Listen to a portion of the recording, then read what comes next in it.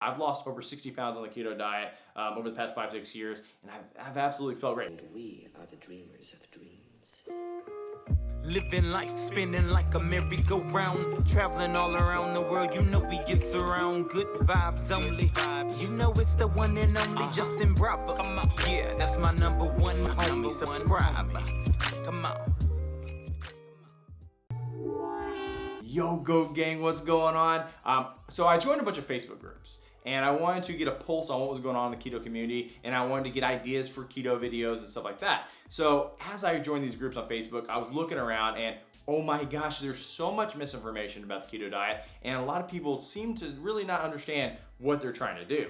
The keto diet is basically getting your body in a state of ketosis, and what that means is your body is burning ketones or fatty acids instead of glucose for fuel. Glucose is your body's preferred fuel source. Like, if your body could burn glucose, it wants to do it. But as you limit carbohydrates, you take that off the table.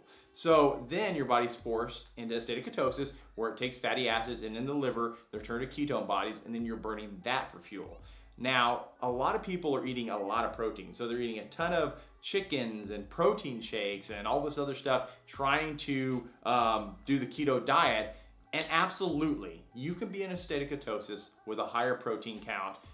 Look at the carnivore diet. I've been doing the carnivore diet off and on. And with the carnivore diet, it is extreme levels of protein, and I still stay in ketosis. I always monitor everything with my Keto Mojo. I always check my blood, and I'm always in ketosis. So it is keeping me there. The protein is not going through gluconeogenesis and causing me to get bumped out of ketosis. Now, it can happen, but I think that you have to be really, really extreme on your protein intake for that to be a problem for you.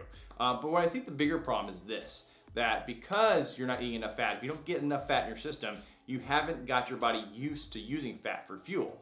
So the idea is eat more fat, get that fat higher, and all of a sudden you've kind of primed that pump. Your body gets used to burning fat as a source, and then if you have higher protein, it still wants to use fat for fuel. And there's something about metabolic flexibility here that really is gonna help you lose weight, because when you do have carbs, you wanna know how to burn that. But you know how to burn glucose, your body already knows how to do that.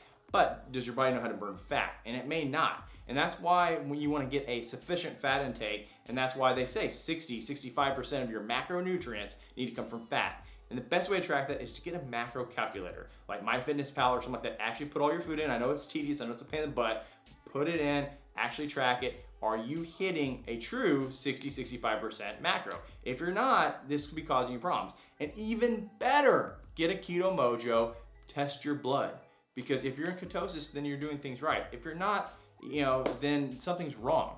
And the reason why I say test your blood is because even if you're doing all the right things, if you've got your macros just on point, you could be spiking your glucose through other means, because there's things like food sensitivities that can cause you problems. So a couple months ago, and this is when I first really kind of realized what was going on, was my fiance, she's on the keto diet, I'm on the keto diet. She made a keto lasagna, and you always see these like crazy keto recipes. And it was all keto-friendly ingredients with the right macros.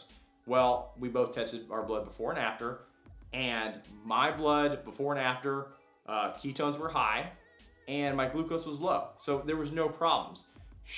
Glucose was low, ketones were high, she was solid. She eats the lasagna, and all of a sudden, her glucose spikes like she ate an Oreo cookie, her ketones drop down, and comes to find out, as we've done more research, she has a sensitivity to mozzarella cheese, which should have been just fine, should not be a problem. But if she eats any mozzarella cheese, it 100% causes her glucose to spike like she's eating sugar, and causes her ketones to drop. And she's found other things like cabbage, and there's other little sensitivities I have found. And when you eat those things that you think are keto friendly, and maybe it becomes a go-to for you because you like that. You're like, man, I love mozzarella cheese. I'm making this fat head keto pizza all the time. Well, if you have sensitivity to mozzarella cheese, maybe that's why you're not losing weight. Maybe that's a struggle for you because you're spiking your insulin's spiking, and all of a sudden you are putting yourself out of ketosis, and you think, well, I'm doing things right, it's just not working for me. If you're not testing your blood, you wouldn't know these little things. And that's how you can get a really good pulse on what's going on with your body. And to me, like, the thing about the keto diet is it's just a step in the right direction, but you really have to formulate this for you.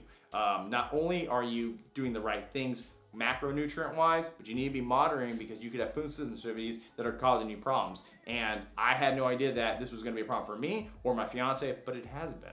And it's really limited during that time. I was like, oh my gosh, I could have been losing weight this entire time. I could have been getting fitter this entire time. And all of a sudden I stripped those little pieces from my diet and boom, weight started coming off again. And it could be as simple as that. And you don't know what it is. It could be, and if you look at it, it could be some kind of nuts. And it's not all nuts. Maybe it's just almonds. Maybe it's just pecans. Maybe it's just macadamia. There may be just something that doesn't agree with you and can cause you problems. So that's why I think you really should be on it. Really write down your macros. Really focus on blood testing and making sure you're always in the right spot. But I know that's daunting because that's a lot of things. So in the beginning, just focus on the macros, get that done. And that's one way to go. You'll start losing weight. You're gonna lose weight in the beginning no matter what if you've been eating a high carbohydrate diet and you go to low carb. Then as you start getting through and you'll hit some weight stalls. And when you do, that's when you gotta take it up a notch and you gotta take it up another notch and take it up another notch and really focus on stripping down your processed foods, going more to whole food approaches. That's when you wanna increase your fat intake. That's when you wanna be testing for blood. And then another thing that I saw a lot of people have issues with is exogenous ketones. Now, the thing about exogenous ketones are, it is like just giving yourself instant energy. Again, you prime your body, you get your body used to running on ketones. So if you take exogenous ketones for a week and you kind of load up on it, you get your body like, man, just as an addict, it's thriving for those ketones. So then when you take it away for a week, all of a sudden your body says, damn, I want to figure out how to get back on ketones. And guess what? It's going to take it from your fat stores and it's going to produce ketones because it likes operating at that high level. So getting high fat, getting exogenous ketones, these are all little tools that you can use to be successful and towards your ultimate goal of being happy and healthy and all the things. So Keto Mojos, all this stuff. I'll put a link in the description so you can check it out if you're interested in going those different steps. And like I said, everybody's at a different level.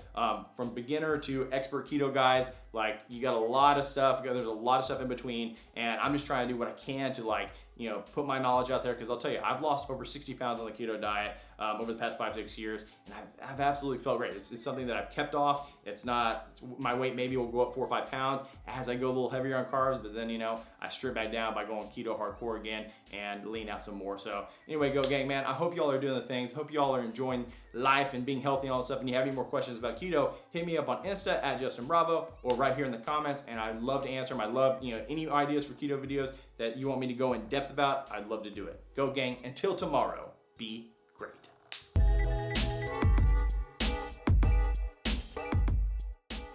Speaking of exogenous ketones, I'm gonna go hit a workout, so I'm gonna go hit those too.